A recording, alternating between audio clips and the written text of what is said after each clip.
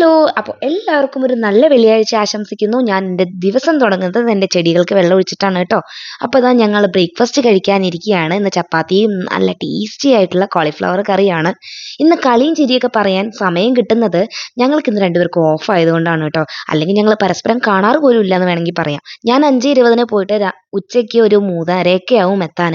ആ സമയത്താണ് ഹസ്ബൻഡ് ഡ്യൂട്ടിക്ക് കയറുക. പിന്നെ പുലർച്ചെ 2 മണിക്ക് വരും. അപ്പോൾ മിക്കപ്പോഴും കാണാറില്ല എന്ന് വേണമെങ്കിൽ തന്നെ പറയാം. അത് കഴിഞ്ഞ ഉടനെ തന്നെ ഞാൻ എൻ്റെ ബെഡ് മേക്കിംഗ് തൊട്ട് ക്ലീനിങ് പരിപാടികളിൽ എൻഗേജ് ആയിട്ടോ. എനിക്ക് ഏറ്റവും നിർബന്ധമാണ് എൻ്റെ ബെഡ് നീറ്റായി കിടക്കണം എന്നുള്ളത്. പക്ഷെ മിക്കവാറും അത് അലങ്കോലമാകും. കാരണം എന്താണെന്ന് വെച്ച് കഴിഞ്ഞാൽ നമ്മൾ മാത്രം വിചാരിച്ചാൽ പോരല്ലോ, വീട്ടിലുള്ളവർ കൂടി അതിന് സഹകരിക്കണം അല്ലേ. അപ്പോൾ അതാ ഞാൻ എൻ്റെ ബെഡെല്ലാം നല്ല വൃത്തിയായി മേക്ക് ചെയ്ത് നന്നായിട്ട് റൂമൊക്കെ മോപ്പ് ചെയ്യുകയാണ് കേട്ടോ. അല്ല, നിങ്ങളുടെ വെള്ളിയാഴ്ച വിശേഷങ്ങൾ എന്തൊക്കെയാ? ഒന്ന് കമന്റ് ചെയ്യണേ. ഞങ്ങൾ ഇവിടെ കൂലങ്കഷമായ ഒരു ചർച്ചയിലാണ് കേട്ടോ. ഉച്ചത്തേക്ക് എന്താക്കും എന്നാണ്. പക്ഷേ ഞങ്ങൾ തീരുമാനത്തിലെത്തി. എൻ്റെ ഫേവറേറ്റ് ആയിട്ടുള്ള ഒരു നൊസ്റ്റാൾജിക് ഫുഡ് ഉണ്ടാക്കാൻ തന്നെ തീരുമാനിച്ചു. അതിന് കഷ്ണങ്ങൾ വാങ്ങിക്കാനാണ് ഈ ഒരുക്കം. പോകുന്നതിന് മുൻപ് പരിപ്പ് അടുപ്പത്തിട്ട് പോയി കഴിഞ്ഞാൽ വരുന്ന സമയത്ത് അത് റെഡിയാവും. പിന്നെ കഷ്ണം നേരാക്കി അതിലിട്ടാൽ പോരെ. അപ്പോൾ ആ പരിപ്പ് കഴുകി ഞാൻ അടുപ്പത്ത് വെക്കുകയാണ്. മേമയെ ഏൽപ്പിച്ചിട്ടുണ്ട്.